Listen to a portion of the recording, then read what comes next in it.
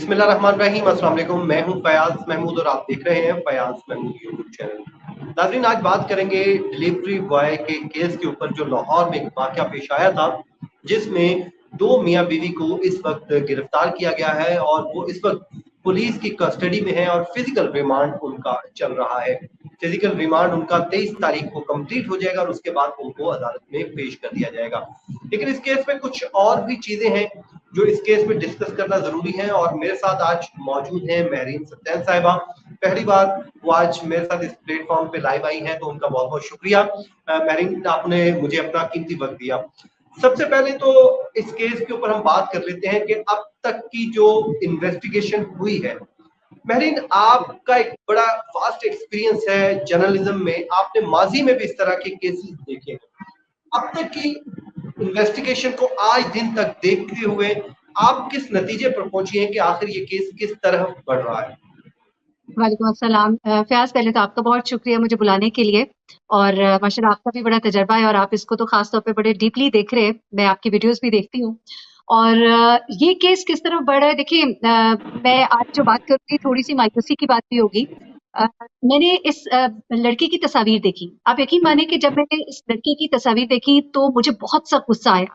चाहे हमारे घर में बच्चा हमारा कैसा ही क्यों ना हो, लेकिन ऐसी मौत जो है वो बड़ी तकलीफें होती है। सजा और जजा सबसे पहले तो अल्लाह ताला का हक है, अल्लाह ताला करेगा। उसके बाद दुनिया में कवानीन कुछ मौजूद है, उनको फॉलो करना जरूरी है। एक तो इस शख्स ने कानून अपने हाथ में लिया, चले समझ आती है अगर उसको लगता था उसकी बीवी के साथ कुछ गलत हुआ या उसको जो भी गम गुस्सा था व्हाटसोएवर, लेकिन जो उसने उसके साथ किया दैट इज अनएक्सेप्टेबल, अनजस्टिफाइबल। कोई उसकी दलील नहीं मौजूद कि वो ये कर सकता था या कोई उसका हक नहीं था, और उसने बहुत जुल्म और ज्यादती की है। मैं कहती हूँ हद कर दी है उसने। दूसरी बात ये है कि मैं सिर्फ एक आपको रिलेट करूंगी। एक पीछे वाकया हुआ था यहाँ पर, जहाँ पर एक लड़की को बहुत बुरी तरह से मार दिया गया था। यहाँ हमारे इलाके के पास ही उसकी डेड बॉडी जो पड़ी हुई थी, उसकी लाश के टुकड़े टुकड़े हुए थे। आपने सुना होगा, वो एक क्रिश्चियन लड़की थी, उसके बच्चे भी छोटे छोटे थे और पता लगा कि एक दूध वाला था, वो उसके साथ उसके ताल्लुक था। वो उसकी लड़की बेवा हो चुकी थी, वो शादी करना चाहती थी।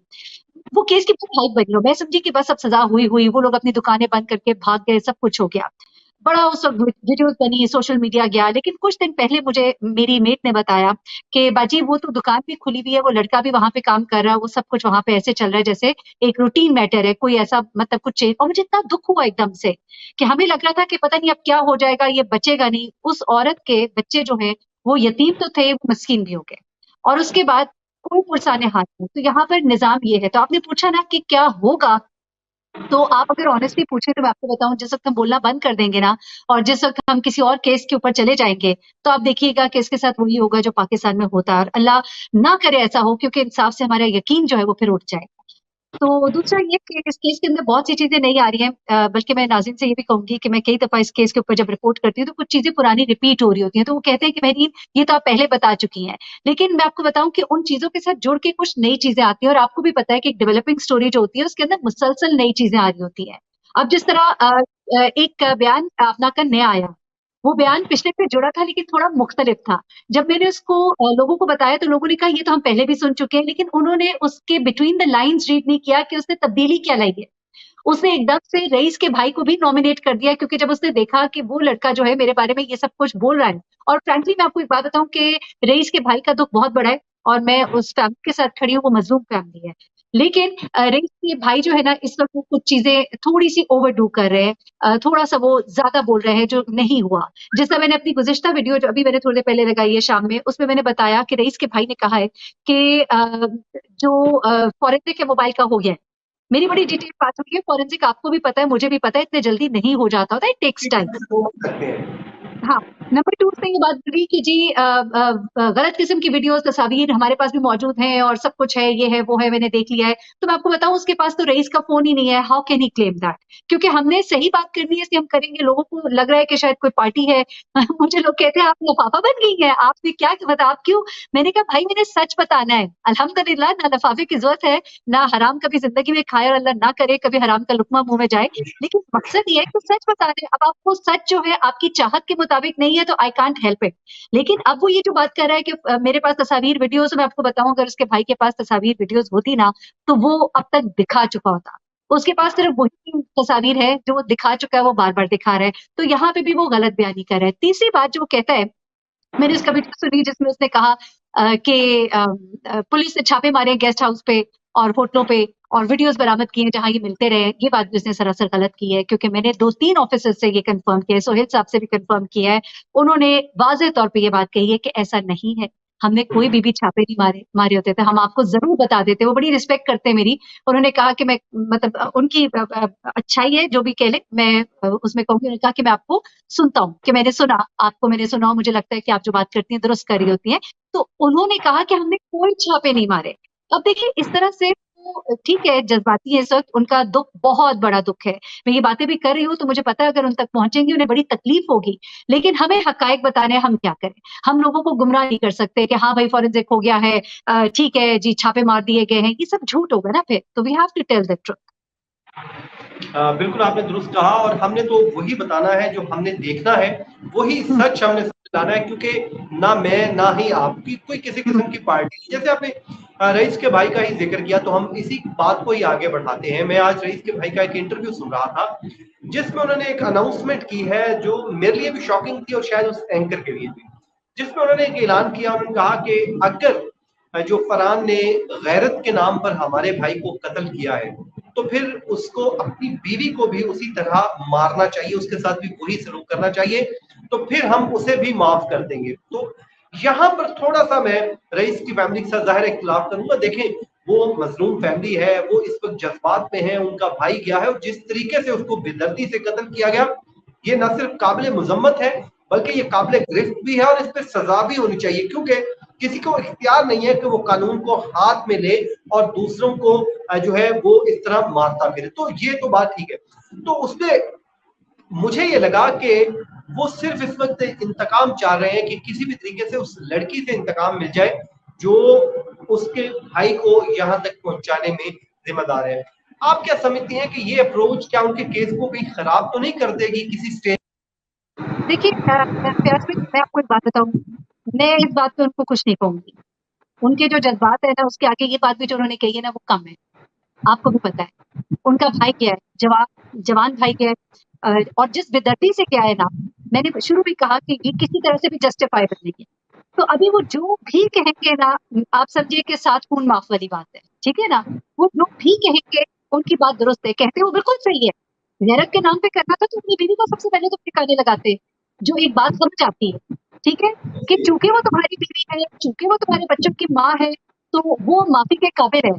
तो और मैं आपको एक बात बताऊँ, फैज़ भाई, मैं बड़े क्राइम केसेस करती रही हूँ। मैं आज आपको ये बात भी बताऊँ, अगर ये बंदा छुट जाता ना, कुछ अर्से बाद इसकी बीवी की भी लाश कहीं से मिल रही थी।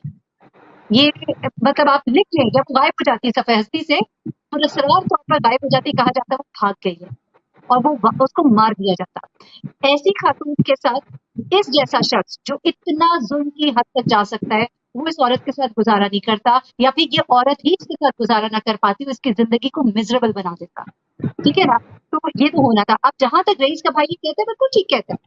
कहते हैं उनको प्रैक्टिस को, वो असल में उसने एक इस्तेआर इस्तेमाल किया है। उसने ये कहा है, कहते हैं ना हमें माफ़ कर दें। उसकी बीवी का भी मैंने एक इंटरव्यू सुना जिसमें वो कहती है मुझे मेरे बच्चों को माफ़ कर दें। तो वो कहते हैं कि अगर आपको माफ़ी चाहिए ना, तो पहले अपनी बीवी को मारो। वो बात उसने इस तरह कही है कि जब तुम वो नहीं कर सकते, तो हम ये नहीं कर सकते। तुम उसको नहीं मार सकते, तुम्हारे बच्चों की माँ है, तो हम तुम्हें नहीं माफ़ कर सकते कि ये हमारा मतलब बच्चा था, हमारी औलाद था।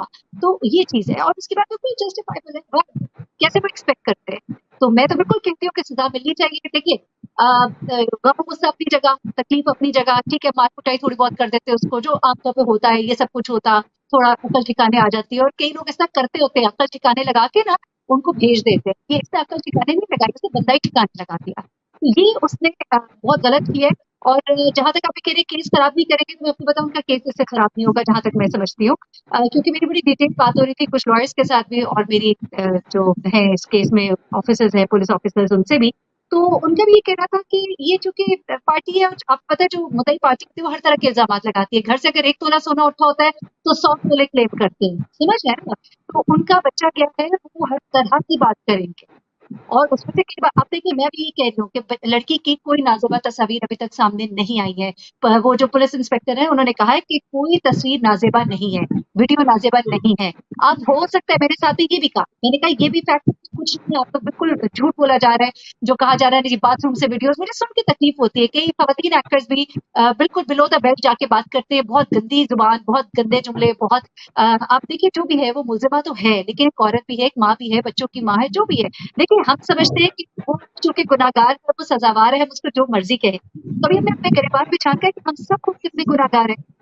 अगर अल्लाह हर एक-एक बात के ऊपर हमारी पकड़ शुरू कर दे, वो पकड़ी गई, उसका गुनाह सामने आ गया। फयाज़ भाई, मेरे और आपके इर्द-गिर्द बहुत से ऐसे लोग फिर रहे होते हैं जो बहुत गुनाहगार हैं, लेकिन उनकी अभी तक पकड़ नहीं हुई। तो जिसकी पकड़ हुई है उसके ऊपर सारे के सारे दौड़ पड़े हैं और उसको इतना ज़लील कर रहे हैं कि खुदा जो लोगों के पर्दे रखता है, आपने उसके पर्दे को इतना चाक किया है कि जो नहीं भी है उसको आप दिखा रहे हैं। अब वो कहा जा रहा है बाथरूम से तस्वीरें, ये सब कुछ, वो नहीं है, नहीं है, नहीं है। प्लीज़ डोंट से दैट, गलत बात है। गलत कर रहे हैं आप, गुनाह कर रहे हैं। ये गुनाह कबीरा है जो आप कर रहे हैं। उसके बाद क्या चीज़ है कि जो अब हो सकता है, देखिए उस लड़की ने हो सकता है अपने फ़ोन से सारी चीज़ें डिलीट कर दी हो, ठीक है? फॉरेंसिक के लिए फ़ोन गया हुआ है, आएगा तो शायद उससे भी बहुत खौफनाक और वाहियात तस्वीर आ जाए, लेकिन वो तब आएँगे। अभी जब नहीं आए और आप क्लेम कर रहे हैं आएँगे, तो आप झूठे हैं, आप गलत रिपोर्टिंग कर रहे हैं। सेकंडली, रईस का फ़ोन लॉक था, रईस का फ़ोन नहीं खुला था। रईस का फ़ोन खोलने के लिए और चेक करने के लिए दिया गया है। ये उम्मीद की जा रही है कि रईस के फ़ोन में से बहुत ज़्यादा चीज़ें मिल सकती हैं। बड़ी इन्फॉर्मेशन आने वाली है, जो मुझसे कहा गया है कि जैसे आएगी सबसे पहले मुझसे शेयर करेंगे, मुझे बताएँगे। वो कह रहे हैं कि आप बस फेयर रिपोर्टिंग करें, हम उन लोगों को सबसे पहले वो चीज़ें देंगे जो फेयर रिपोर्टिंग कर रहे हैं। और वो चीज़ें जो है, हो सकता है उसमें से बहुत बड़ी चीज़ें आ जाए। हो सकता है वो गेस्ट हाउस भी आ जाए, हो सकता है वो होटल भी आ जाए, लेकिन अभी नहीं आए। सो प्लीज़, मैं कहूँगी stop saying all these things. This is all rubbish. आप दुआ करें कि अल्लाह आपके पर्दों को कायम रखे। आप इस तरह की गुमराही ना करें, इतनी गुमराही में ना पड़ें। महरीन, आपका बहुत-बहुत शुक्रिया। असल में मैं कंटिन्यू भी करना चाह रहा था, लेकिन वही टेक्निकल फॉल्ट जो हम पहले फेस कर रहे थे, आवाज़ का इश्यू है, वो जो आखिरी जो क्वेश्चन मैंने आपको थ्रू किया, उसके बाद मैं उसमें जो टेक्निकल इश्यू आ रहा है, मैं आपको सुन नहीं पा रहा। तो जिस वजह से मेरे ख्याल में आप इस सेशन को कंटिन्यू नहीं कर सकेंगे, तो मैं अपने व्यूअर्स से भी बड़ा माज़रत ख्वाह हूँ, क्योंकि इस टाइम लोग इसको सुनना भी चाह रहे थे, बात भी बढ़ाना चाह रहे थे, लेकिन अनफॉर्चुनेटली टेक्निकल इश्यूज़ की वजह से हमें इस अपने लाइव स्ट्रीमिंग को यहीं पे रोकना होगा। इंशाल्लाह कोशिश होगी कि आगे चल के फिर महरीन के साथ हम जो है रिकॉर्ड करके डाल सकें, क्योंकि ये बड़ी अहम वो गुफ्तगू कर रही थी, लेकिन अनफॉर्चुनेटली हम इस सेशन को आगे नहीं बढ़ा पा रहे। महरीन, आपका बहुत-बहुत शुक्रिया, आपने अपना कीमती वक़्त दिया। मुझे और महरीन साहिबा को दीजिए इजाज़त जी, अपनी दुआ में याद रखें। अल्लाह के बाद। अल्लाह निगहबान, अल्लाह हाफ़िज़।